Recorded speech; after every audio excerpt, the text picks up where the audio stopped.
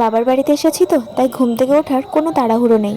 যখন ঘুম থেকে উঠি তখন প্রায় 10টা বাজে, আর মেয়ে তখনও ঘুমোচ্ছে। আমি যখন ব্রাশ করছি তখন ও উঠে পড়ে, তারপর ব্রাশ করে নিয়ে সবাই একসঙ্গে সকালের খাবারটা খেয়ে নিলাম। তারপরে এসে বিছানাটা তুলে নিলাম। এইটুখানি কাজ তো করতেই হবে। এমনিতেও বাপের বাড়ি এসে চুপচাপ বসে থাকি না, টুকটাক মায়ের সঙ্গে হেল্প করি। আর আমার মনে হয় এটা শুধু আমি না, প্রত্যেকটা মেয়েই করে। এরপর দুপুরবেলা আমি আর মেয়ে মিলে দুজনে বাতাবি লেবু মাখাচ্ছিলাম। ও টমেটো মাখা খেতে চাচ্ছিল, কিন্তু বাড়িতে টমেটো ছিল না, বাতাবি লেবু ছিল, যার জন্য বাতাবি লেবুই মাখালাম। আর আমাদের গাছের এই কাঁচা লঙ্কাগুলো তুলে নিলাম। মা বলছিল এই লঙ্কাগুলো খুবই ঝাল, তাই শুধুমাত্র দুটো নিলাম। সত্যি সত্যি এই দুটো লঙ্কাতেই অনেক ঝাল হয়েছিল।